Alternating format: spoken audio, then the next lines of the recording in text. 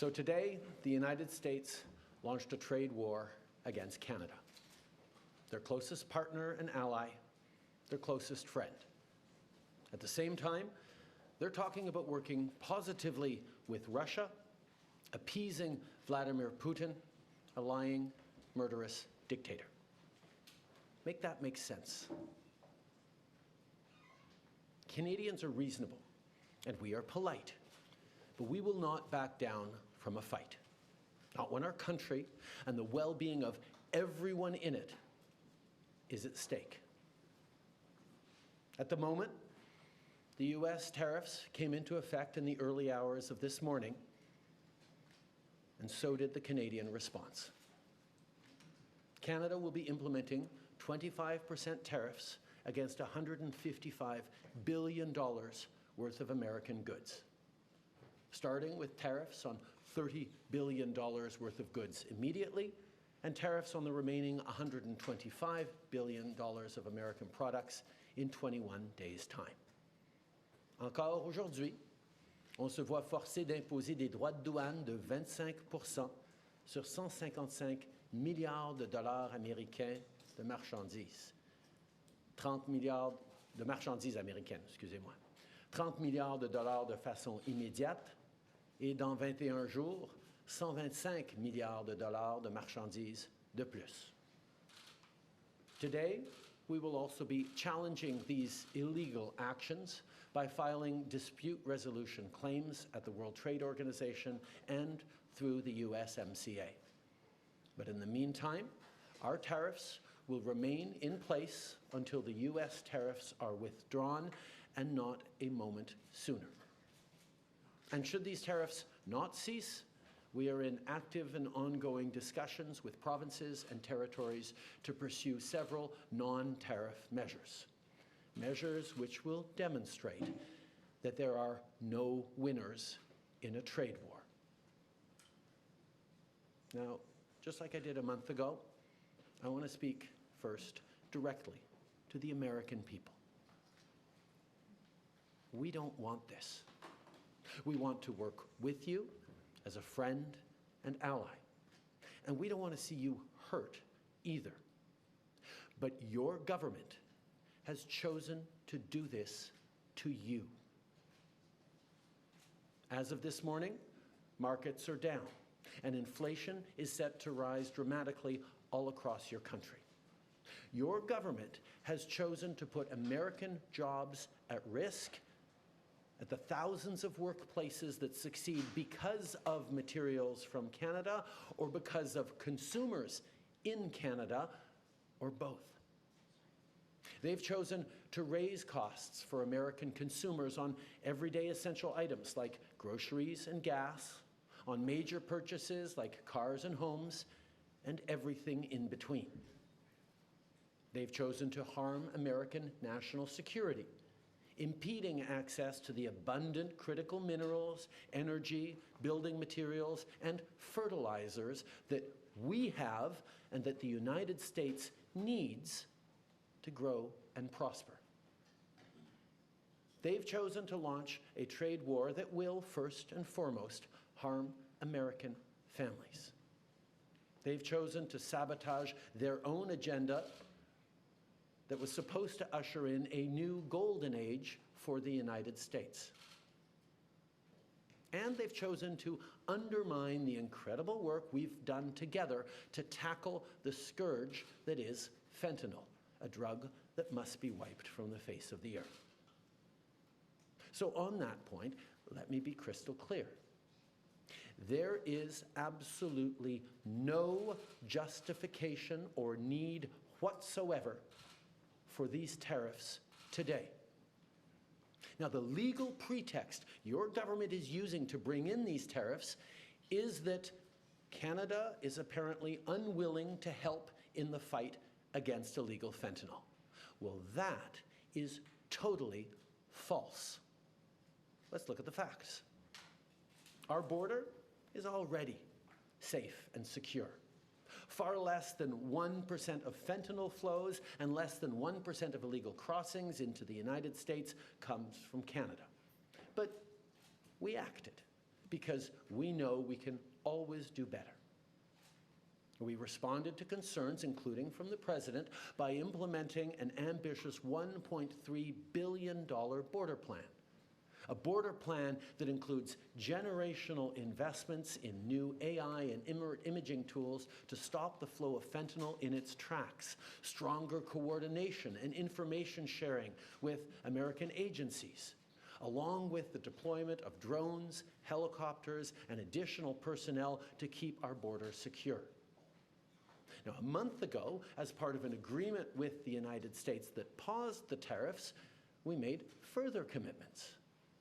We appointed Kevin Brasseau as our fentanyl czar, a man who dedicated his multi-decade career in law enforcement to combating organized crime networks and drug trafficking.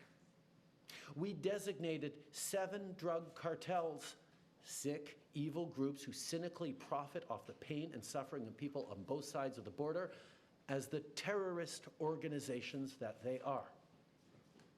And just yesterday, we launched a new joint operations partnership supported by a $200 million investment between Canada's security and law enforcement agencies, a partnership that will enhance the coordination of information and intelligence in order to thwart criminal gangs involved in the illegal fentanyl trade. And critically, our actions are working. As the U.S. Customs and Border Protection just acknowledged, there was a 97% drop in fentanyl seizures from January compared to December, to a near zero low of less than half an ounce seized in January, even with all the further enforcements and actions we've taken at the borders. In sum, we stepped up. We engaged closely and constructively with the President and his administration. We did everything we promised. We stuck to our word. And we did it because we believe in working together to protect our citizens. Now I want to speak directly to one specific American, Donald. In the over 8 years you and I have worked together, we've done big things. We signed a historic deal that has created record jobs and growth in both of our countries.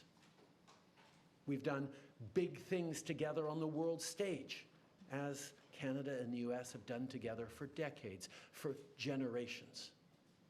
And now we should be working together to ensure even greater prosperity for North Americans in a very uncertain and challenging world.